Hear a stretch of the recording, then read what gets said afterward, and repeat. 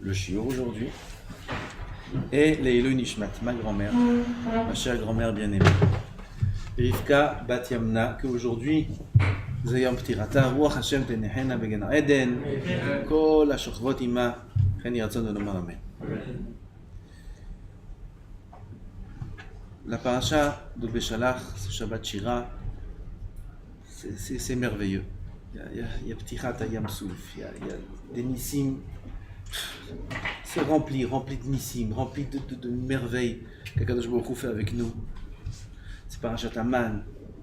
C'est l'amour le plus fort et le plus beau qu'il peut y avoir entre nous et le maître du monde, le lien le plus fort qu'il peut y avoir.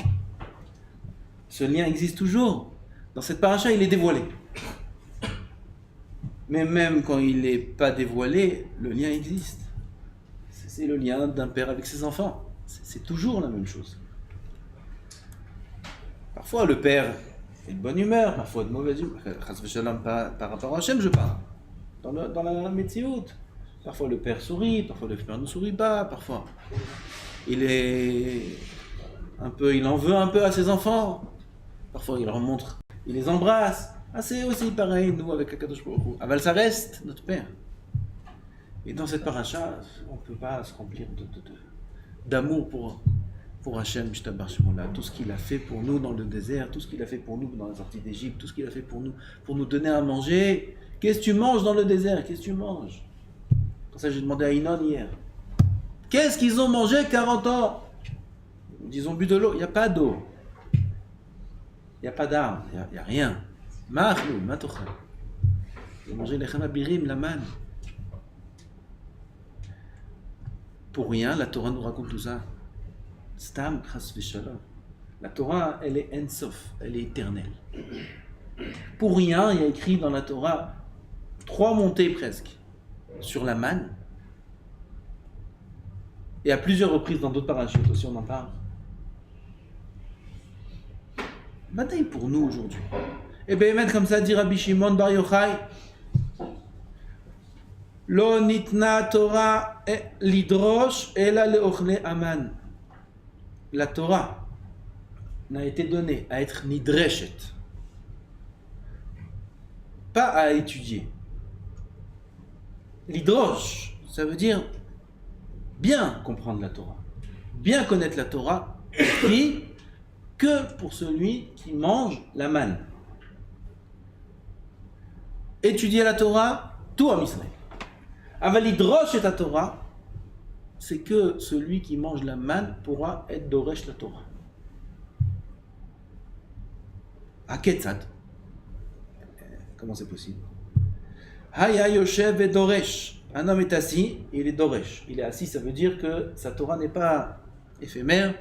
Yoshev et Lomed, comme vous, Bachur Yeshivot, comme Avrichim, ou comme tout juif qui a ses zman fixés de l'Imout Torah, le matin, le soir, dès qu'il est un peu libre. Il y a beaucoup de personnes dans Israël qui travaillent pour leur parnassa, qui étudient bien la Torah, et qui connaissent bien la Torah.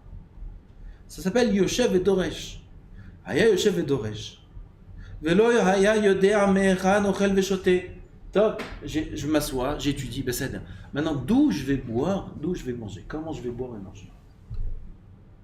Si c'était que boire et manger, ça va.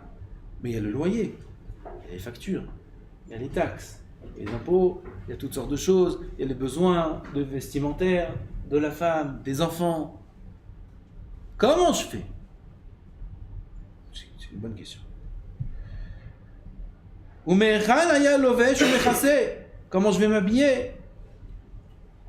D'accord? C'est une bonne question. Alors la réponse, elle est, ça dépend. Est-ce que tu manges la manne ou tu manges pas la manne? Si tu manges pas la manne, ta question est une vraie question.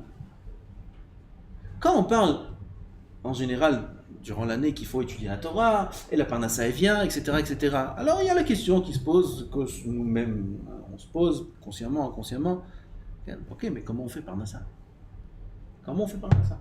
C'est la question que tout le monde te demande. C'est quand tu parles à des parents qui viennent étudier, oui, d'accord, mais ses études, il les fera quand? Mais son diplôme, il l'aura quand? C'est une vraie question. C'est une vraie question. On n'est pas en train de... Parfois, on parle avec des tournures de phrases comme si on est Mezalzel dans cette forme de pensée-là. Ah ben ça, c'est une vraie question. Et Rabbi Shimon vient répondre à cette question. Rabbi Shimon, il n'est pas en train de te dire « Mais non, ça va aller.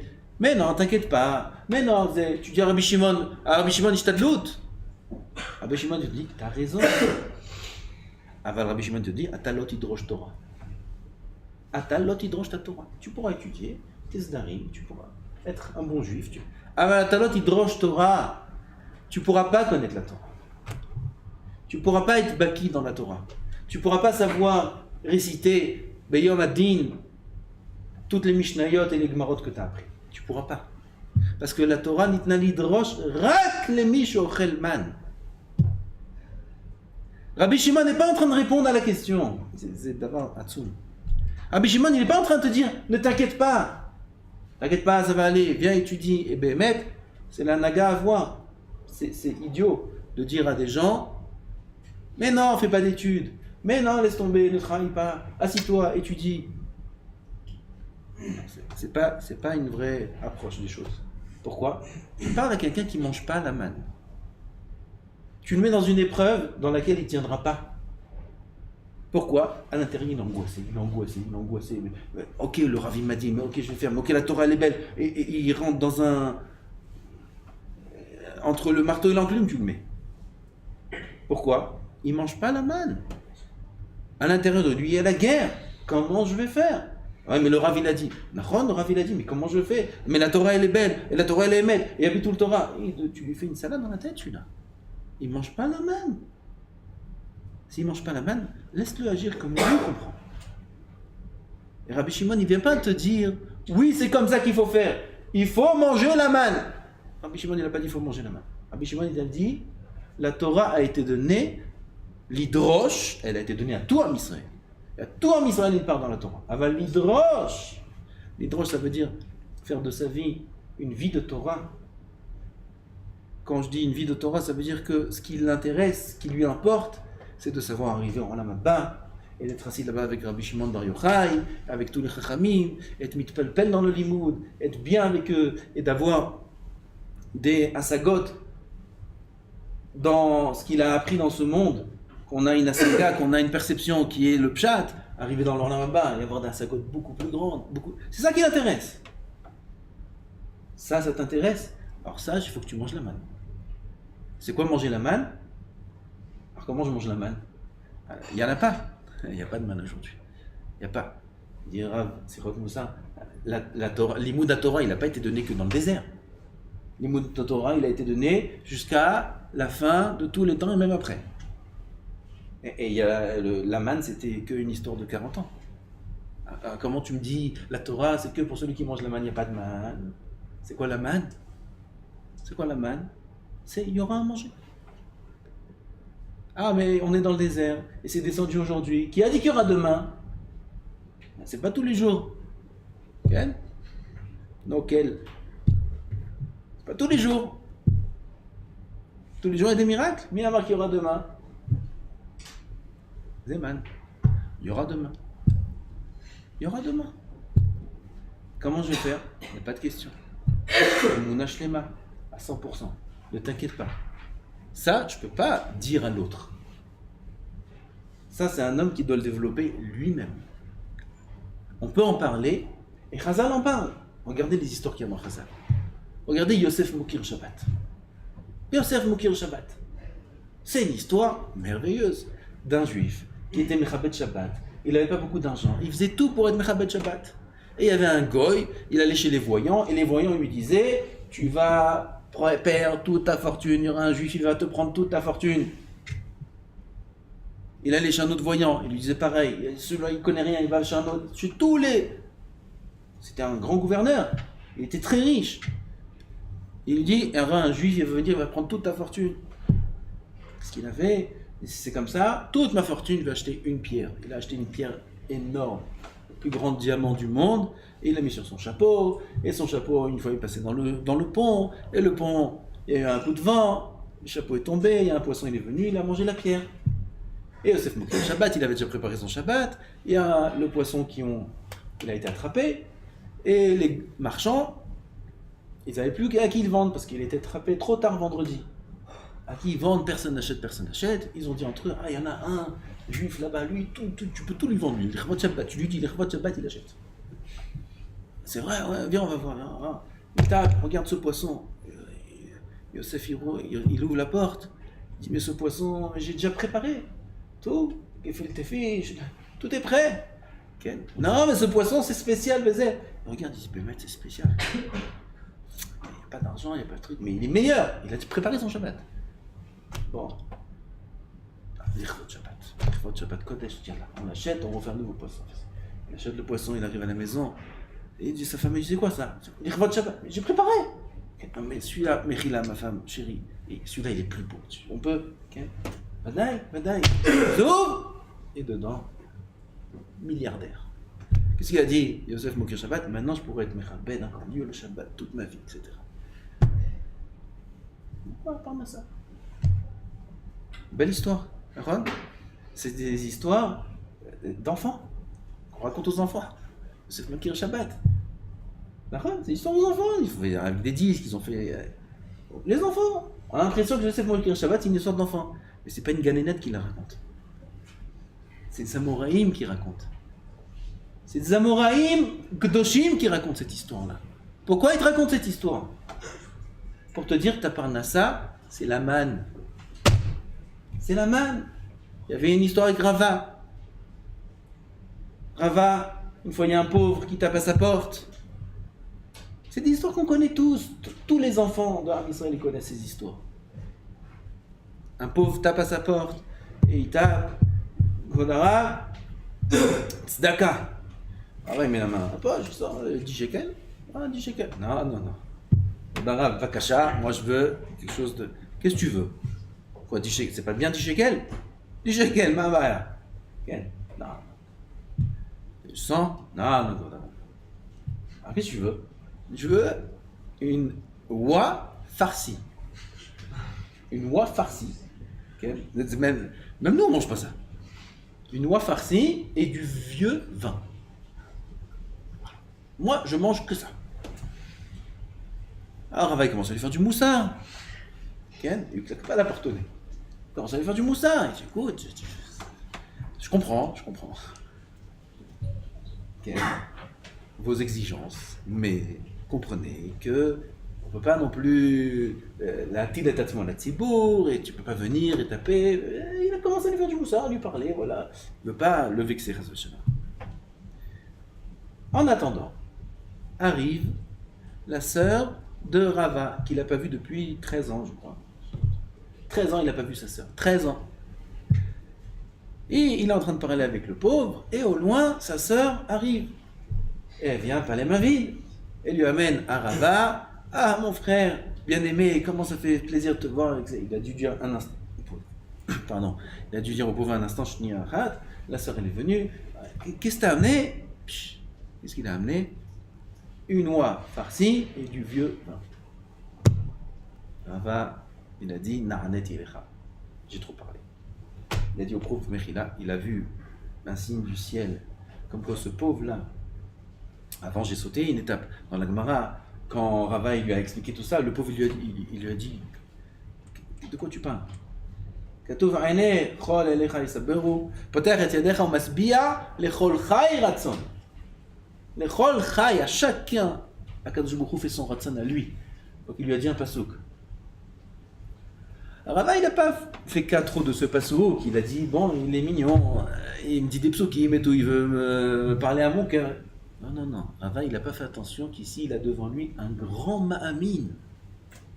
Quelqu'un qui est ma'amin be'emuna shlema, shakadosh baruch Hu fait le ratzon de chacun selon ce qu'il a besoin. Rava n'a pas fait attention à ça. On lui en veut pas, Rava, c'est normal. Chacun ne peut pas prétendre d'être à aussi haut niveau dans la Vodat Hashem de Emouna. Mais quand Rava, il a vu que ce qu'il a demandé à Kadosh Baruch Hu lui amener Bamakom, tu peux plus rien dire. Alors c'est une histoire merveilleuse. Quelqu'un qui veut il est ma'amine à 100%, il reçoit.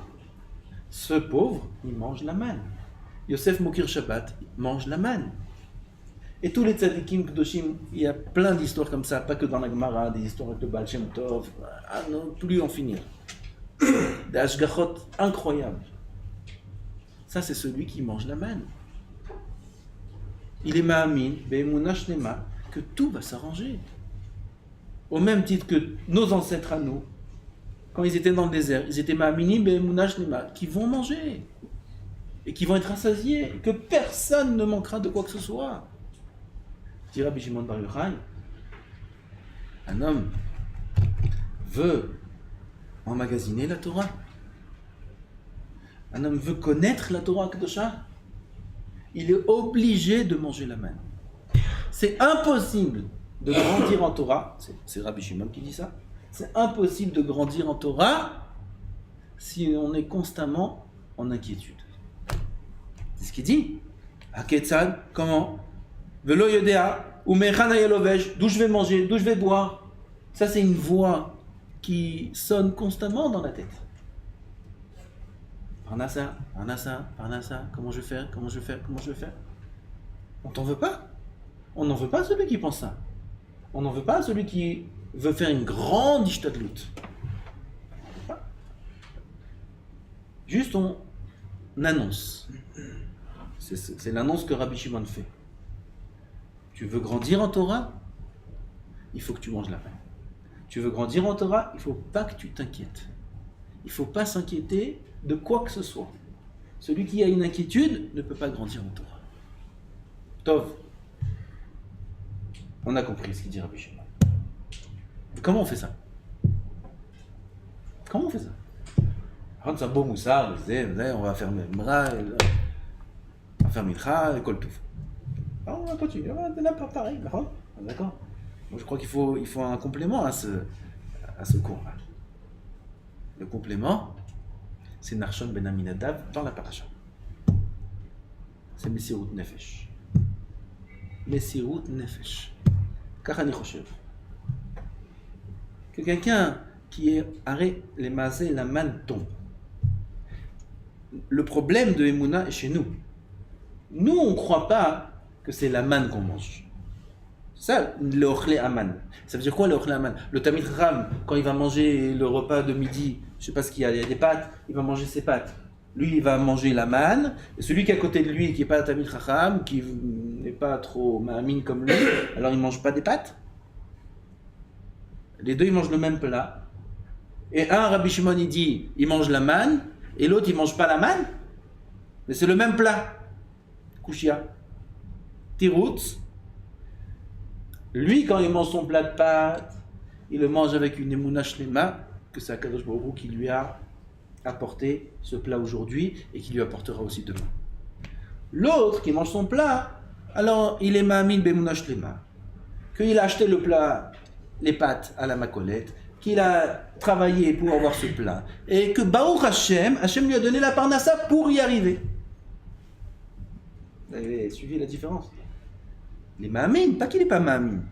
Les ma'amin, qu'Hachem lui a donné la parnassa, parce qu'il a travaillé, alors il a la bracha dans son travail, pour pouvoir acheter ce plat de pâtes et le manger.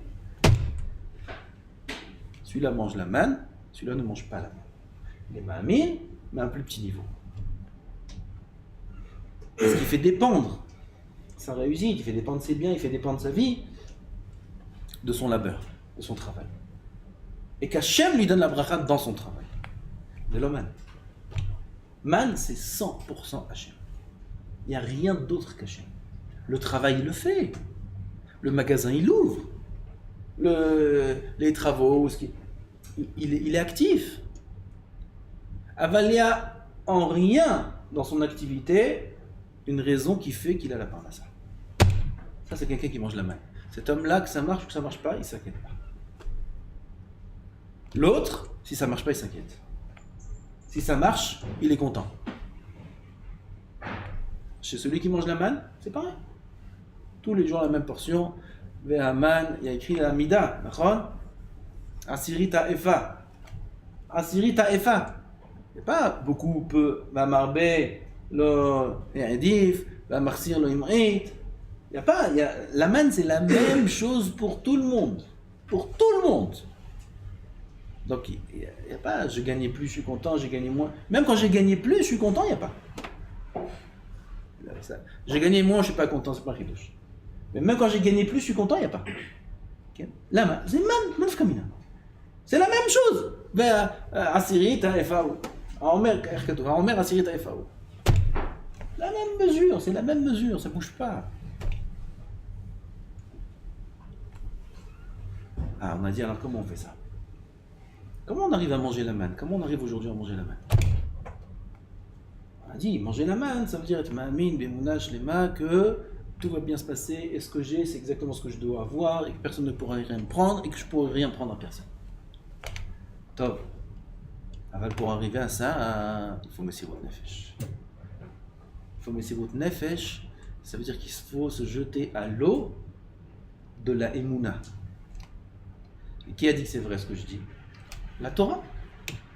Quand Am Israël sont devant la mer, dans la paracha, dans la même paracha, ils sont devant la mer.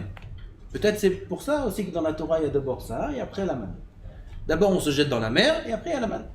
Et si tu te jettes dans la mer, tu comprendras que tu manges la manne.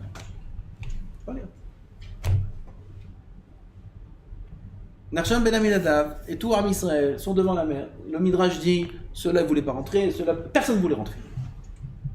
Moshe Rabbeinu ne sait pas quoi faire, il commence à prier. Qu'est-ce qu'on fait quand on ne sait pas quoi faire? On prie. Il commence à prier, quand je me il lui dit, c'est pas le moment de prier là. Ben Israël vit ça, ou ça, Massa. Il faut venir ça. Va maintenant à Tel Aviv avec les tempêtes là-bas. Petite baignade là, mi canation. Tel Aviv sur le bord de la mer, tout va bien. Là-bas c'est des rochers, c'est des trucs.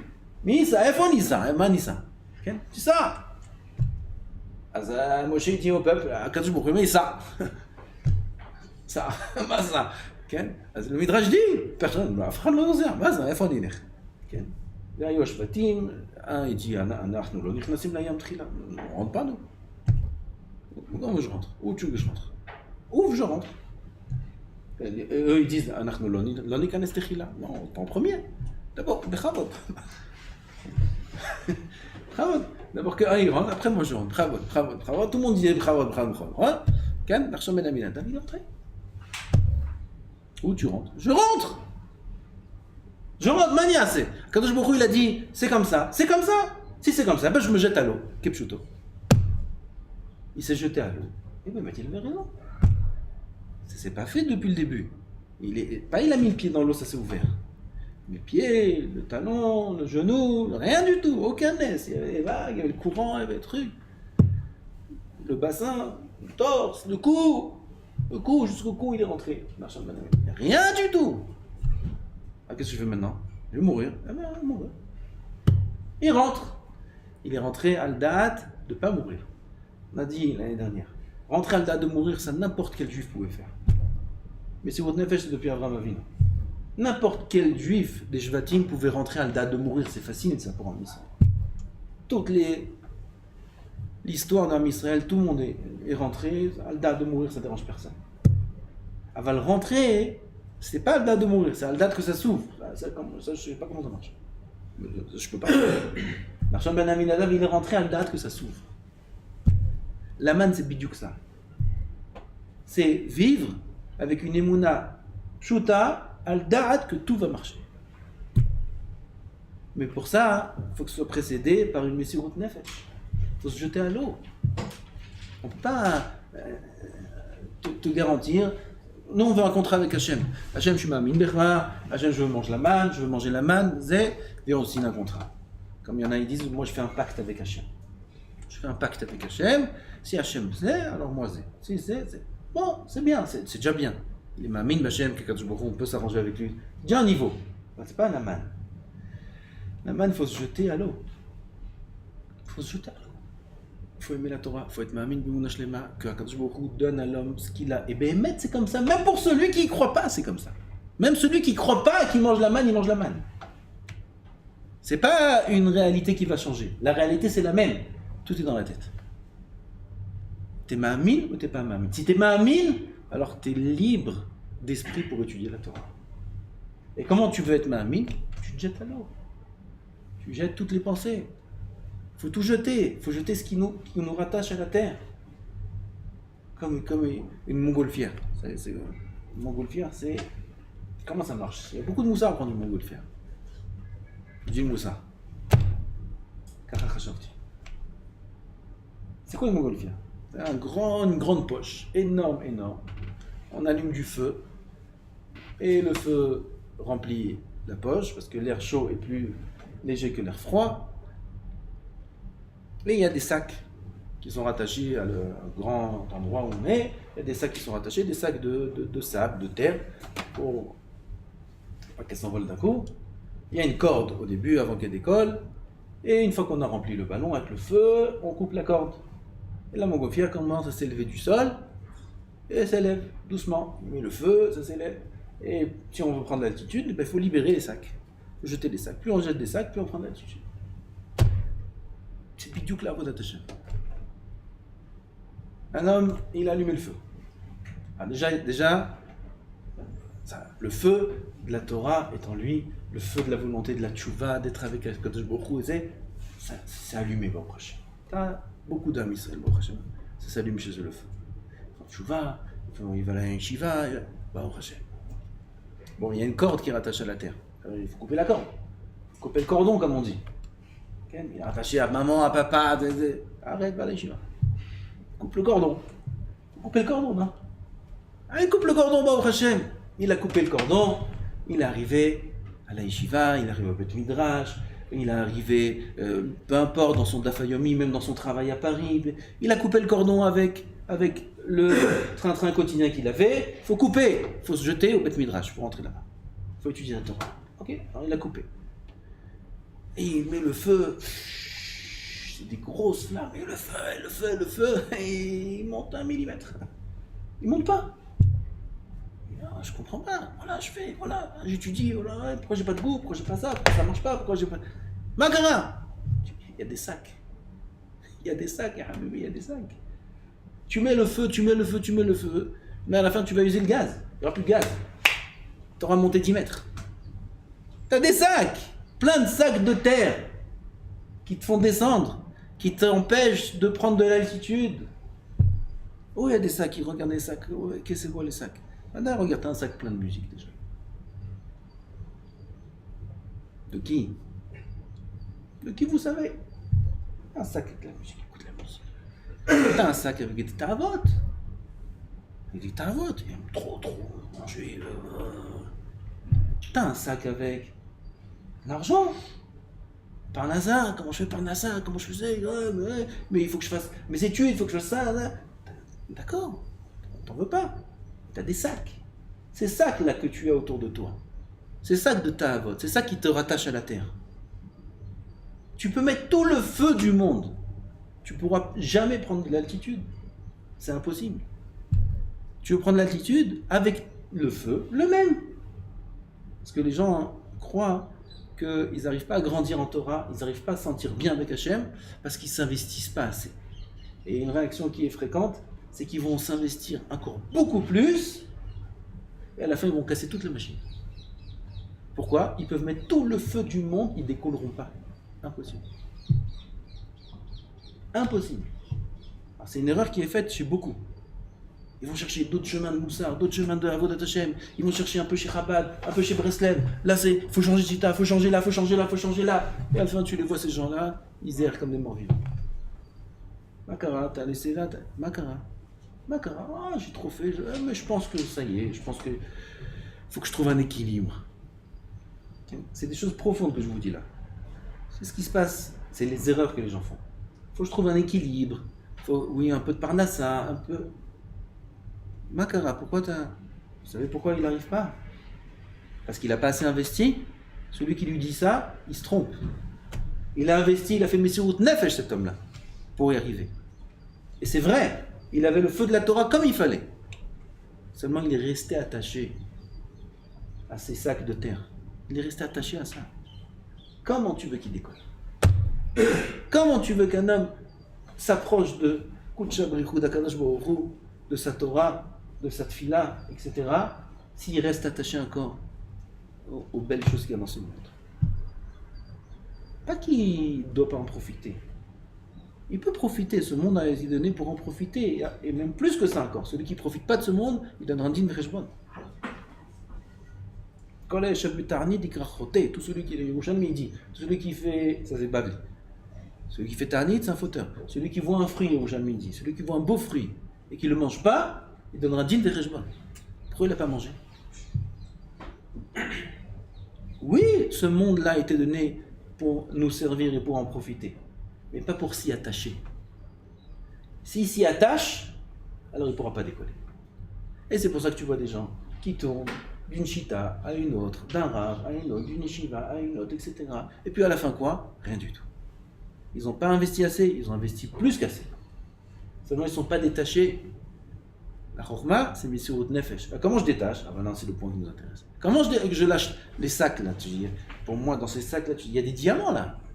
Ça c'est un sac de diamants, ça c'est un sac de rubis, ça c'est un sac de dollars. Qu'est-ce que tu veux que je coupe? C'est Messirut Nefesh. Ok, coupe. Je coupe ça, je perds tout ça. Ok, tu coupes. Mais je perds? Non, tu gagnes. Quoi? De l'attitude. Tu vas monter, et tu vas voir de haut comment ça c'était tout petit. Quoi, c'est ça j'étais attaché. Regarde, je m'approche du soleil, oh c'est énorme. Je m'approche de la lune, c'est énorme ça. Quoi, ça c'était attaché? Quand l'homme il est haut, il voit tout en bas, tout petit, cette terre elle est toute petite. Quand il est en bas, il voit en haut tout petit. Les enfants ils croient que la lune elle est petite. Les enfants c'est comme ça. Les enfants à un certain âge, tu sais, la lune, elle est énorme. Mais non, regarde. Elle est toute petite. Ça, c'est les grands, c'est pareil. Hachem, c'est énorme. La Torah, c'est énorme. Mais on regarde d'ici, là. Qu'est-ce qu'il y a? Vous êtes comme des fous devant votre Gemara et tout. Qu'est-ce que vous faites là-bas? C'est énorme. C'est énorme. Les gens, ils sont... Tu sais d'où ils te regardent? Ils te regardent d'en bas, de tout en bas, ils te regardent. Comment ils te voient quand ils sont tout en bas? Ils te voient tout petit. Mais celui qui est tout en haut, comment il les voit? Tout petit. Ça dépend où tu regardes, ça dépend où tu te places. Si un homme il est haut, il voit ce monde petit. Si un homme il est en bas, il voit le haut petit. Alors qu'est-ce que je vais gagner? Tu coupes les sacs, je vais me séparer de ces choses-là? Quand tu vas te séparer de ça, tu verras combien ça valait rien. Quand tu vas te séparer de toutes ces choses auxquelles tu es attaché, encore une fois, se séparer, ça ne veut pas dire ne pas utiliser. Il va utiliser la maison et la belle voiture. Il ne va pas s'attacher, il va se détacher de ça. Quand il va se détacher de ces choses-là, il verra comment toutes ces choses-là étaient petites, comment c'est rien du tout. Comment Kadosh Baruch Hu, En Sof Baruch Hu, il manique tout son âme de la manière la plus merveilleuse au monde. Mais ça, il pourra le savoir quand il se rapproche de là-haut.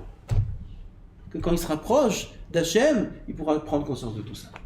Mais comment je fais pour être proche d'Hachem? Pour être proche d'Hachem, il y a une étape intermédiaire qui s'appelle Messirut Nefesh. Ça veut dire qu'il faut que tu fasses le pas. Comme Nachshon ben Aminadab, il a fait le pas.